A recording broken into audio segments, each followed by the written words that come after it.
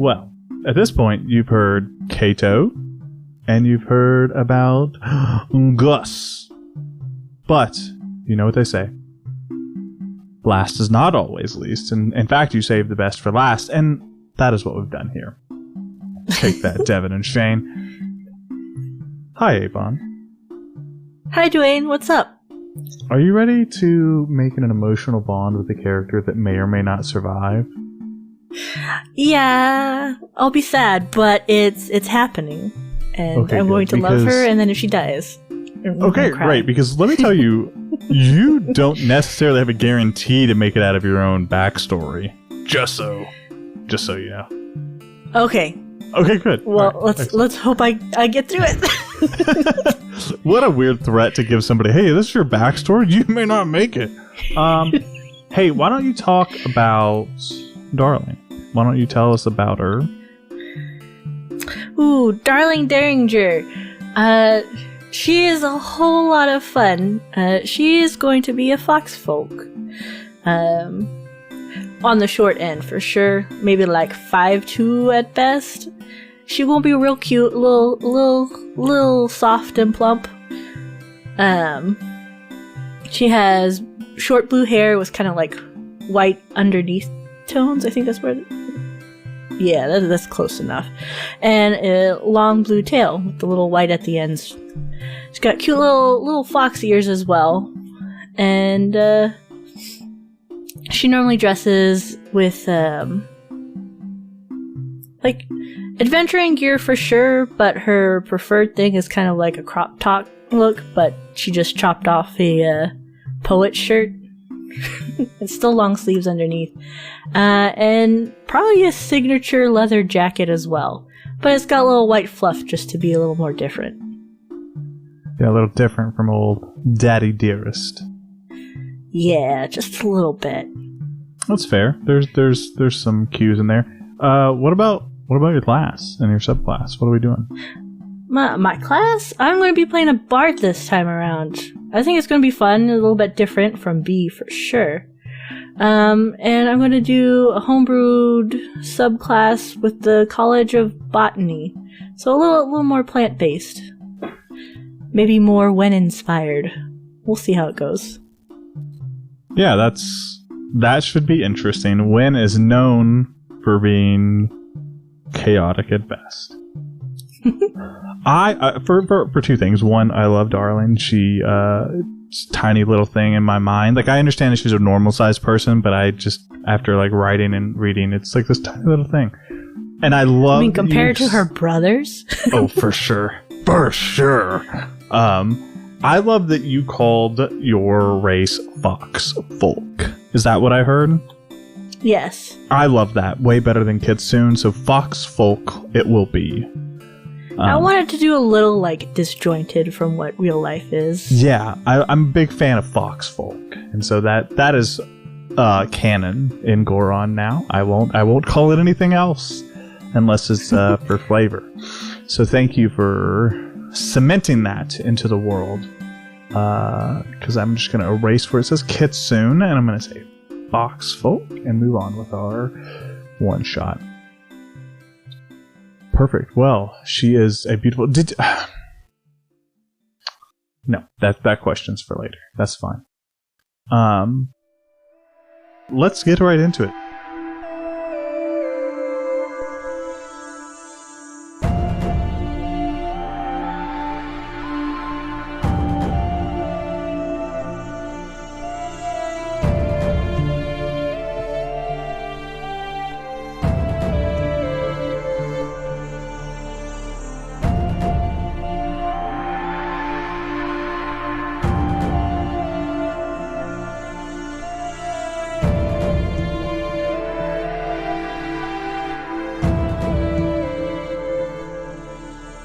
So we see the visage of an older Derringer. The same brown fedora-styled hat. Walking at his side is a young Gus. The two come upon a wagon, and the wagon is tipped on its side. The smell of smoke fills the air, and Declan sees flames begin to sputter to life. Declan says, Gus, check the surroundings for survivors or enemies. If it's hostile, do not engage. Gus nods and shifts into a white-black colored owl and takes flight. Declan rushes to the wagon and finds that there's no one inside. He looks around and surveys the area. He sees a scuffling of footprints in the ground. He can tell there was a commotion. He can tell that whoever stood here did not give in easily and did not go willing. Declan says, what kind of fight happened here? As he looks around the wagon, the fire begins to grow, and that's when he hears the small, meek cry of a baby. Declan begins to rummage through the wagon. He rushes. He's tossing out masks, costumes, makeup boxes, and more as he frantically looks for the sound of this baby. As it begins to cry, smoke fills his lungs. He coughs and takes deep, long, soot-filled breaths as he continues to tear this wagon apart, looking for the sound of the small child. Declan finds a small side table wedged in by a cot, clearly stuck from the disarray. He yanks and pulls at the drawer, and he opens it to find a small baby wrapped in a blanket. He pulls this bundle of joy from the wagon as the flames begin to consume it. He leaps out of the wagon, almost rolling to the ground, pulling this small child to his chest, doing everything he can to protect her. He coughs and he gets to his feet, and he very gingerly opens the blanket to see tiny little fox ears pop open and amber eyes. And Declan says, well, what do we have here? Gus returns and gives Declan a shake of the head. Well, if no one is around to care for you, I suppose we will. At least until we find your parents. Aren't you adorable? Declan says as he nuzzles the small infant with his nose. Gus, go ahead back home. Tell Kato of our new guests. The years pass. The sun sets and the moon rises, and Goron spins and the world turns. And we find ourselves where we often find Darling. In the woods, behind the Derringer estate, just past the ginger root orchard. We see a young, pre-teenish Darling on her own once again playing. What does preteen Darling look like? Like attire? Is she full of spunk and attitude? Is she reserved or meek? Tell me about preteen Darling. I still think she's still small, right? But that scrangly, skinny small.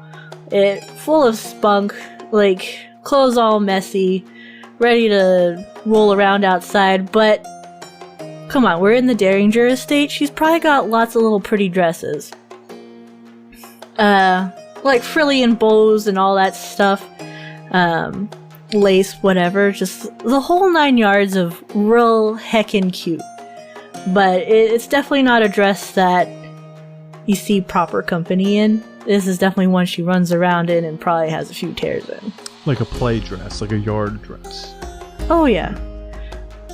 What is it that Darling is doing, or what game is she playing off in the woods all alone? I like to think she pretends to hunt out in the woods. Just kind of like set little bunny traps or see if she can find deer tracks.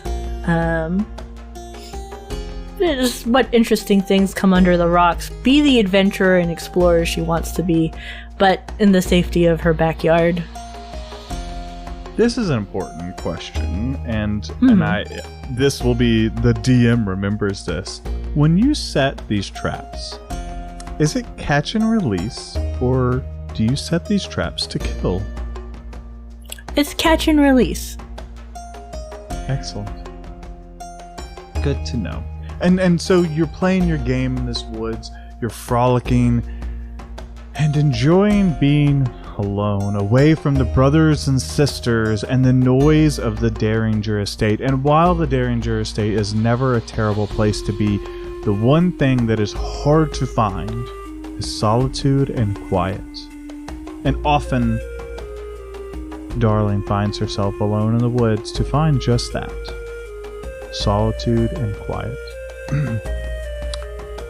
Unfortunately, her playtime is interrupted, and you see the visage of a young half-orc and a young elf come into view and almost surprise her, and you hear this orc start in on her. "Oh, look, if it isn't our little darling. Out here all alone again. It's a shame no one wants to play with you, given your defects." I have defects. Well, I'm not saying Wynn makes mistakes, given he makes tree people, but I'm not sure if he was just making a fox or making a person and got bored somewhere in between. Well, how do you know you're not the mistake? Look at you. Those little pokey teeth. Well, I'll have you know these teeth are for biting and snashing, and half-orcs are powerful. Yeah, and I have teeth. Look at these claws. I've seen scarier things on those hares that you hunt. Uh-huh. Just wait until I gather my rabbit army, and then you're going to be gone. I've not been scared of much, but a rabbit army doesn't change that. That's the weirdest threat I've heard today. I got off guard by that, honestly. Oh, they could be quite vicious if you let them be. Look at those little teeth. And those eyeballs, they're so mean. Look at them. Oh, ferocious, I'm sure. That at least they know what they are. One thing, as it were. It's not my fault that your family was a bunch of half-bloods. My family's not a whole bunch of half-bloods. They have all of the blood. You leave them out. Do they, though? I feel like she kind of like... her hair's all prickle up and they're all blue and it's just so angry and frustrated, and this kid is just, what the heck are they? And then I feel like with all of that rage that she's got in her little tiny body, she explodes and turns into a little fox. Like an actual fox. Like full-on, full-bodied blue fox. I knew there was something wrong with you. She growls. Don't growl at me, and he kicks at you. Oh, she's gonna go and bite him. Roll me a dexterity saving throw. We're not gonna do like attack rolls against a child's AC. Just do a dexterity saving throw. An 11. Yeah, that's good enough. You're being kicked at by a child. So he kicks and you're swift enough to be able to like leap out of the way. What do you do next? I think she's going to fight him. She's got teeth, she's got claws. Okay. This guy's insulting her family and she loves them. Fuck this guy. Okay, Heck this guy up. Yeah, this other child. Attack. What do you want to do? You want to attack? Yeah, I'm attacking. Yeah, roll an attack. give me a second. I need to find the little sheet that tells me how to be a fox. For the sake of continuity and expedition, just do a melee attack. Yeah, This sure. isn't gonna break down into you taking him down and knocking him unconscious and bleeding him out, so... How's an 11? It's successful. Again, child. Both of you children. Tell me what your attack looks like. Are you jumping up and clawing? Is it biting? Is it gnashing? What's the strategy This is here? like jumping up and clawing, trying to like grab hold with little fox teeth in his shoulder, just like rip up his clothes. As much as she can pull off of this guy. And you do. Hate You it. leap up and you kind of get up on his shoulder and you're clawing and tearing and help. And you see this young elf run over and just grab you by the tail. Do an athletics check for me, please. How's a 19? Pretty darn good, but we're gonna see what that compares against.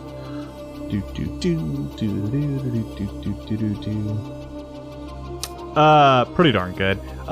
So the elf grabs your tail and yanks, and the fucking pain that comes with having your tail pulled.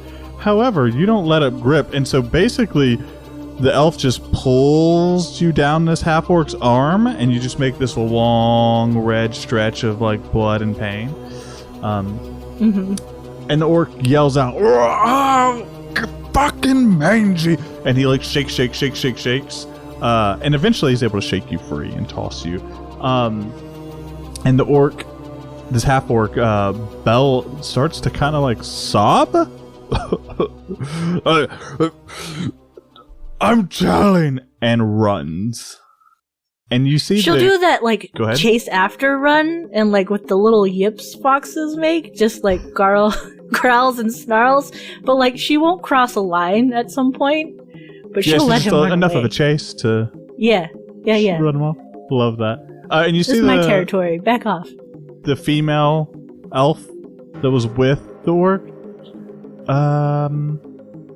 Fair enough. And she bolts.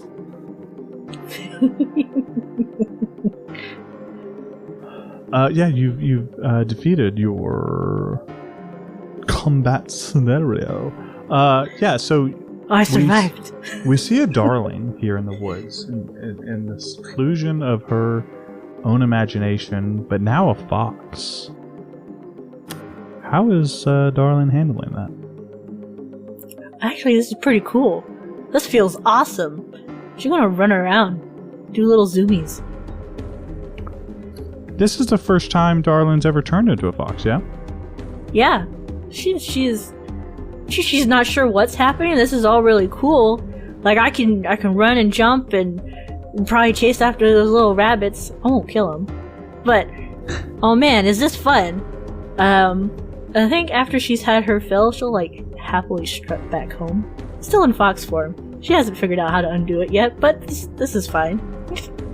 And so we watch as a young fox form Darling runs around the woods and makes rabbits, hares, perhaps small birds her playthings. Never killing, never maiming, just putting the fear of the fox folk in them. And we see this beautiful little fox almost prancing home.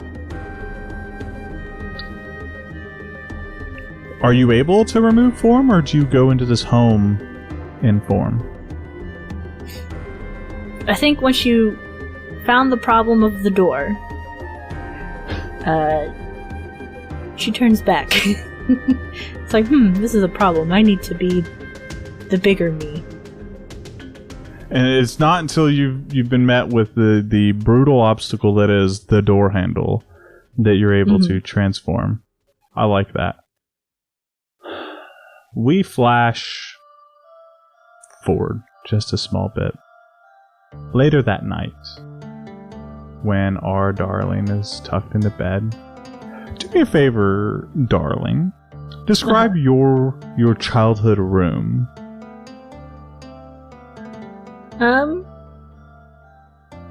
I think it's very fun in there. I think it's painted bright blue. She asked for pictures of the clouds on the wall, so some of it's in frames and with like scenic whatevers, but like some of it actually drawn on the wall.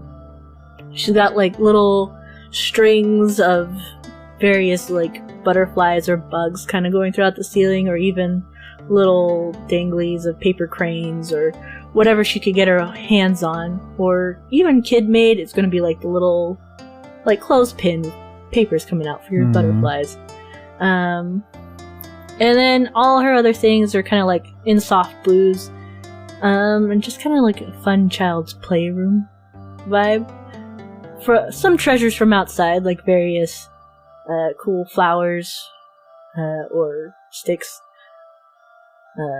Maybe a rock that looked like somebody's face. Very innocent, as all young rooms are.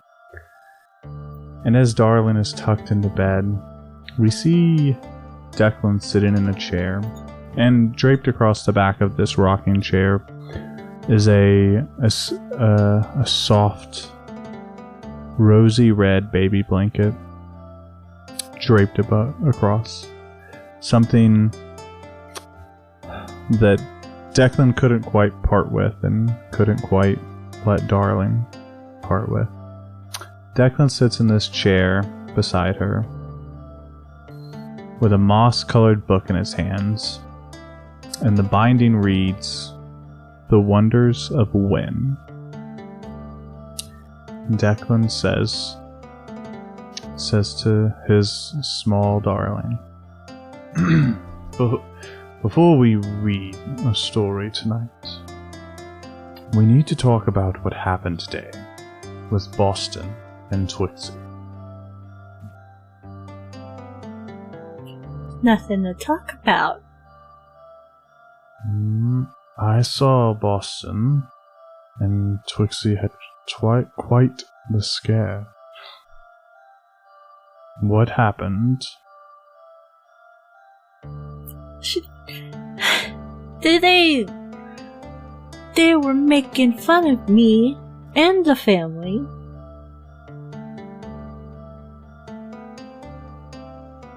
They weren't being very nice. And he looks at you to go on.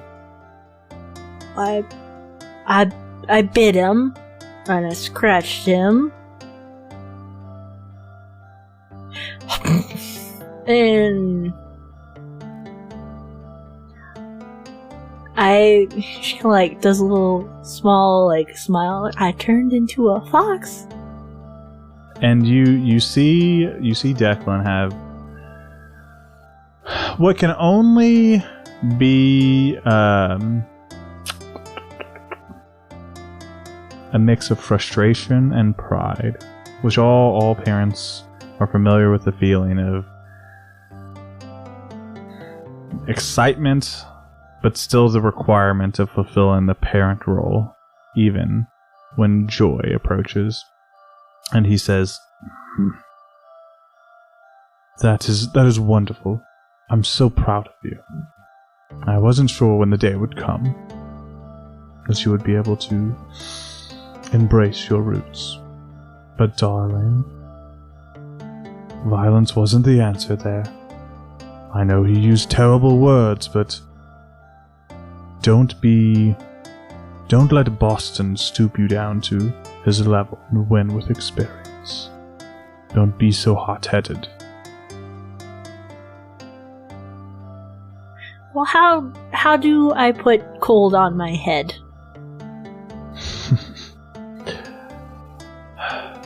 Deep breaths. Always deep breaths. But I'm impressed. You managed to turn into a fox and return all on the same day. That's impressive. Some little foxlings spend days in their transformation their first time. And he kind of ruffles her hair a little bit. Well, the door was the problem. How was I supposed to get inside the house? You make A very valid point, my love. Anyways. Oh, you're gonna have to put in a tiny door for me if I can't go back? Is this gonna be a problem? We'll crack a window. And he Okay. opens the Wonders of Wynn and flips to your page.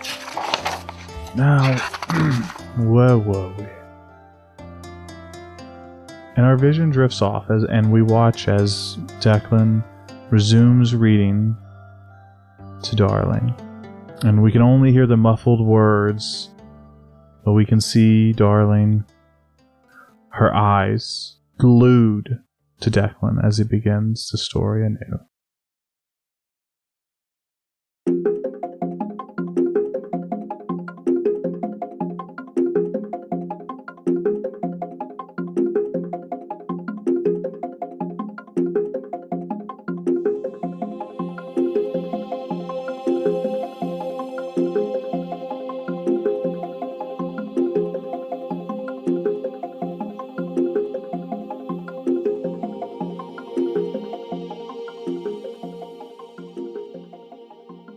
Years come and years go, and it is only the ravage of time that can explain what impact youth can have in the absence of one's father during this time. While Declan was there when Darling was young, his adventures eventually called him away. We shift into a scene of the Derringer Manor, well kept, lively. Still plenty of people there. Brothers, sisters. Cato was gone. Gus is gone. And we see our Darling. Barely 16 years of age.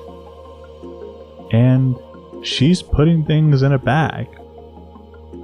She appears to be packing. What's one thing you make sure you pack? For sure.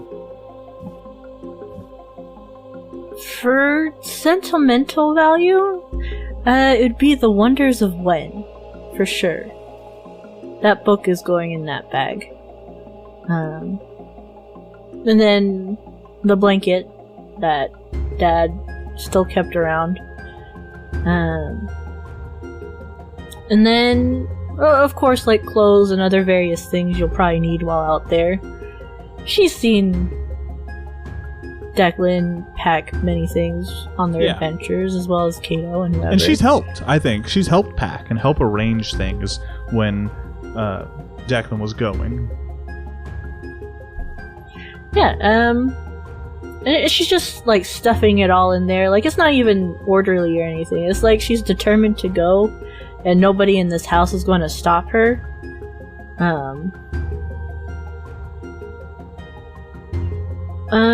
She'll look around at her room. Still similar in nature, like maybe a little less youngish. More books, more papers, journals, other fun things on the wall.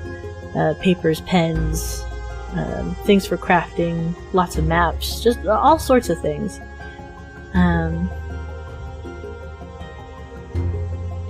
She'll look around. She'll like throw her bag over her shoulder, make sure she's got her leather jacket on with the little floof, and then leave. She peeks out the door though to make sure no one's around. Yeah, I was going to say, does she leave in the night? And does she tell anyone that she's leaving? No, she does not.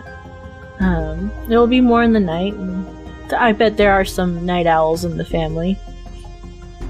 But I don't think kids like pay much attention, right? You've got a bag or two, and it's not uncommon for you to go out. It's not uncommon for you to take a bag. I don't think anyone in the Derringer estate expected this to be your last night there. No, she didn't tell anyone.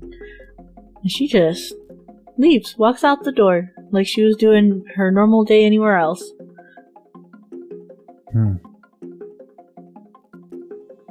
Alright. And so she travels. And she travels for what feels like a long time until she sets up camp. What does setting up camp for her look like on that first night? And how does that feel for her? I feel like she tried the whole tent and a stick thing. And sure, it's alright. But it was late and she was tired. So she kind of just like vaguely puts it up. Decides, it's okay, it's too small. I didn't do a great job. So she's just gonna curl up in fox form and just kind of sleep in there. And so as she'll make sure her head is poking out so she can see the outside. And before you go to sleep, and before you curl up, and before you're getting cozy for bed, you're unpacking things, right? You're getting your tent, your rations, and you find in your bag a small parcel. And when you open it, you find a small envelope. You find a small envelope, not a parcel, like a thick envelope in your bag with your name on it in Declan's handwriting. And inside the envelope, there's a small piece of paper folded in half and a small message. And that message reads, "Darling, I understand why you left. But I want you to remember, if ever you get lost, go Hearthbound." And inside the envelope is a necklace with a golden coin on it. The coin is made up of 2 rings, the main coin with the Derringer family crest on it, and the second with a thin outer ring that's plain except for one arrow pointing away from the crest. And the outer ring kind of spins freely. The other thing that you notice as you're unpacking your bag, and you just open the Wonders of Wind, there's an inscription that wasn't there the day before, or at least the last time you read it. And the inscription inside the cover of the Wonders of Wind reads, "Darling, I'm proud of who you've become. I hope these stories remind you that anything is possible, and of the time we spent together sharing laughter and tears over them. I'll always be here for you, even if I've been more absent of late. I love you. Proudly, Dad." I think Darling would have affectionately called him Toddy. Excuse me. I feel like maybe that's Proudly, how he signed it. Your Toddy. Thank you. However, she's not in a mood for sentiments, so Fair enough. that letter gets all crumpled up and stuffed back in her bag. She'll stare at the book for a minute and then also stuff that back in her bag. She wasn't in the mood for that. And just stare up at the stars. And she does. And sleep finds you. The days go by, and we watch our young darling grow into a young woman, passing from city to city, from forest to forest, river to river, and the years go on. It isn't until Darling really finds her footing when she decides to join a traveling troupe. Darling finds herself upon one of the most amazing troops she's ever seen. 6 wagons or more, full of fire eaters and sword dancers and playmakers and music writers and poets. It is the epitome of a circus on wheels, and the name of this troupe, which Darling will affectionately refer to, is the Asylum of Style.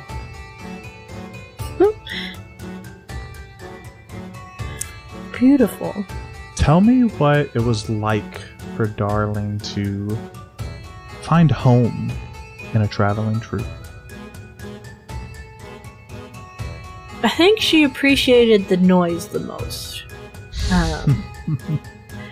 Lots of music, lots of dancing, lots of every bit of chatter. It was exciting for sure. To be with a bunch of creative people. I feel like she lit up much more than before. More she at blossomed, home. so to speak. Blossomed, so to speak. Yeah. So, as all troops do, and Darling is greeted and welcomed wondrously. One, Foxfolk are wonderful attractions and wonderful assets to the set, to all plays, and I think Darling takes and joins in where she can. She does plays, I think, joins in a music. Yeah. But what is Darling's performance that she's known for? As she really starts joining the Asylum of Style, what is it that they start headlining her for? They start advertising for her attraction when they come into towns. I think her headline would be along the lines of her and her dancing, as well as her storytelling during the dances. Like, when she does it, it feels like the stories come to life. Most of her inspirations coming from her little book of Wen, and retellings of them. Some of them altered for fun or anything else of the sort. Other stories you hear in different areas, picking up some of their folklore and legends in that city. Like, oh no, maybe there's a local ghost here that steals cows. Well, here, one of her stories has something similar. How convenient. I love that. I love that very much. The idea of storytelling and dancing together. And so the years pass. And I think she's with the Asylum of Style for a while. And I think the most important piece to know here is that not only is it that when you join the Asylum of Style, it was 6 or 7 wagons, it has doubled in size. You guys have become a name regionally. And most importantly, you got your own wagon. What does that look like? It's a single horse wagon, but what does it look like? Oh man, it's decorated to all the nines she could possibly have. Because I bet she's had lovers who's gifted her things, as well as fans and whatnot. But there's like fancy drapery everywhere, in like reds and golds, a few purples and blues mixed in. It's definitely a fun sight to see. With I got magical little fairy lights to dress around it if I can. Yeah. It's like bells and little things like wind chimes that make little sounds as it go by, and she makes sure that they all sound just right, so that it doesn't clash when they all wiggle around. Because sometimes you can get a cacophony of sounds, and that's not what she wants. She wants to sound airy and magical. And so, Darling, you guys, the Asylum of Style has set up shop, has set up for a wonderful performance, and your troupe has been playing for the better part of a day, and you've joined in on music and poetry and the small performances that you do leading up to the grand show, leading up to the big play that happens that's followed by music and reverie, and then your act comes. What is Darling's stage name? The Sapphire Muse. That is wonderful, and I love it very much. And so this play has happened. The bands have played. The music has cheered. And this town has come to see you, the Sapphire Muse. Tell me the mood of the song, or of the dance and story that our Sapphire Muse tells to this town tonight? I feel like it has to be a joyous one. A lot of things have been going on in the world lately. And even though tragedies are much more fun to tell and thrilling and exciting, she wants to add more happiness to the world than there is sadness and grief. And we're still getting over, like, the stuff of doors, I believe. So add a little happiness. Maybe this little town hasn't seen much in a while. So an upbeat tempo? Upbeat tempo. Fun, fast and fun. Easy to drag the crowd in, so, like, when she goes over to, like, pull somebody in to dance with her, because she'll do that. She'll mainly pick children to dance with her because they always have the most fun. But every once in a while, when there's a handsome stranger that catches her eye, she'll drag him in too. Hopefully one that doesn't have a lady attached to his arm, but we'll see. But that's the mood she's going for. Roll me a performance check as we sit and vibe to this beautiful music that Ginge has put behind your performance. God. It's a nat 20? So 27, please. And so you do. The Sapphire Muse performs the way she always does. She brings life to the town. She brings happiness. She brings joy. But the Asylum of Style is known for one thing, and that is professionalism. And so while the party goes crazy and the energy levels are high, almost ecstasy filled, the Asylum never lets it get too far, never lets it turn into brawling. It is always fun and good and perfect. But this party, this music, this feeling of euphoria that you've almost set forth rolls through the town. And uniquely and oddly enough, all of the garden around the stage that you guys have manufactured in this open area begins to bloom. Flowers that shouldn't be blooming for months or maybe days, weeks, they begin to open up. They listen to your song and they almost dance as you dance.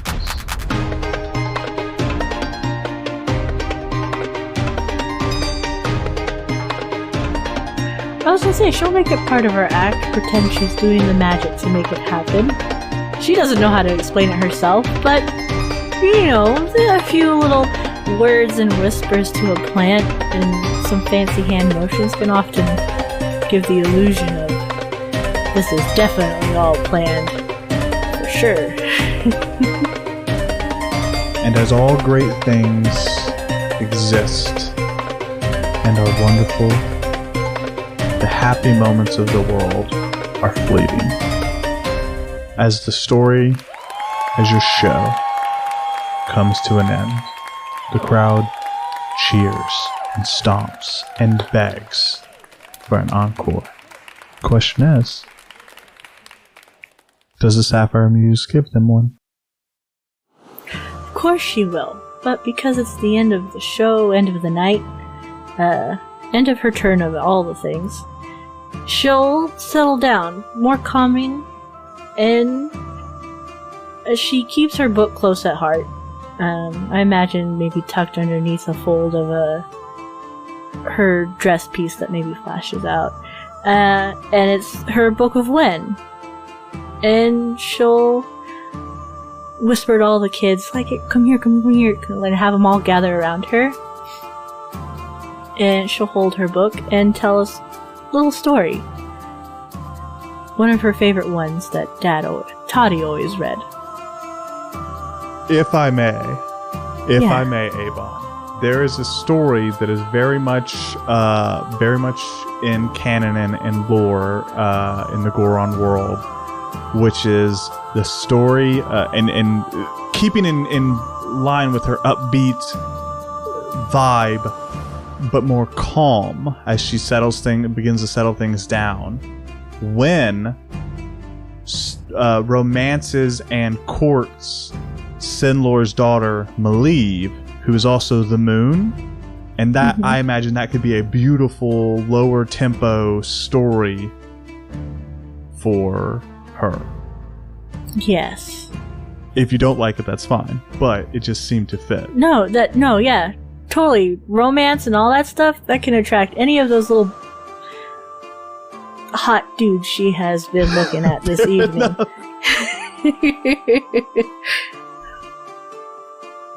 And so that's what you do. And with the 27, I will just roll in. And so the Sapphire Muse goes out, and it's a slower dance, I think.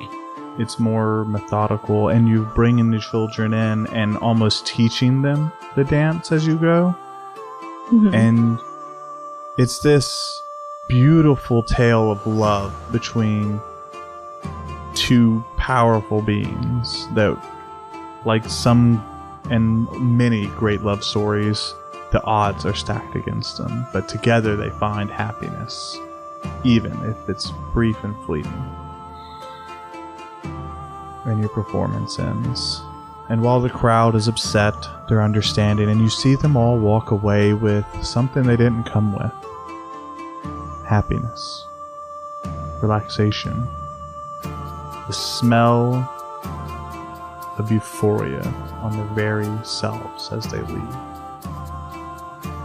She loves it. I was gonna say, how does she feel?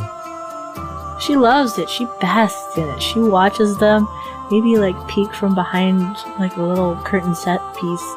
Since she does have to go, she doesn't want to linger too much longer and be a distraction. These stories are great. Just watching everyone admire that and walk away with just a little piece extra more than they had before. Her tail swishes like almost happy, like a dog would, kind of. It's fast, and it's just there's an awe-inspired feeling. She wants to do this more and continue her life this way. This feels like home. This is where she should be, kind of feeling. And the days pass. Sunsets and night falls. And I think one night you come back to your wagon. Just before family dinner, the sound of music in the background, the smell of sweet meats and vegetables all being cooked together in this beautiful pot. And you know this music in the background, this song, and maybe it's a favorite of yours, but it's certainly one that you hear often within the Asylum of Style. You know it as the Whimsy of Win. And upon your desk, in your wagon, a worn letter sits with your name upon it. Dear darling, I know we haven't spoken in a long while. I've failed to write. For that I'm sorry. I've kept up on your performances. I've heard all about your show and Yuri and the marvels you can do. While you've been gone, I've ventured onto my greatest exploration yet. I went to Agos. I've been there many years, but I've discovered something extraordinary, something dangerous. I've neglected to share this with anyone outside the Derringer family, for fear that it getting out could cause Goron's next calamity. Please make your way to Agos, and then Prenneth. Find your sister Vanessa at the Derringer Field Estate in Prenneth. Our family crest is on the front of the building. You can't miss it. Vanessa will tell you more once you get there.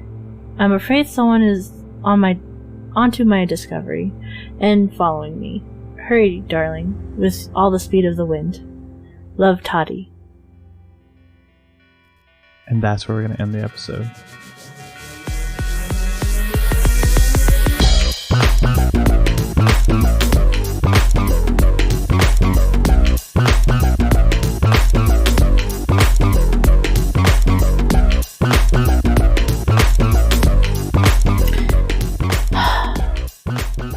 Oh man, I'm hyped. Thank you so much for taking these tiny little nuggets and building them into this beautiful story. You did such a wonderful job. Thank you so much. It was way better than I ever could have imagined. All because of you. Aw, thank you. Thank you for starting to create a story where I can join in. Well, the next thing you all hear is the return to Goron. We love you. We love you. Bye. Bye.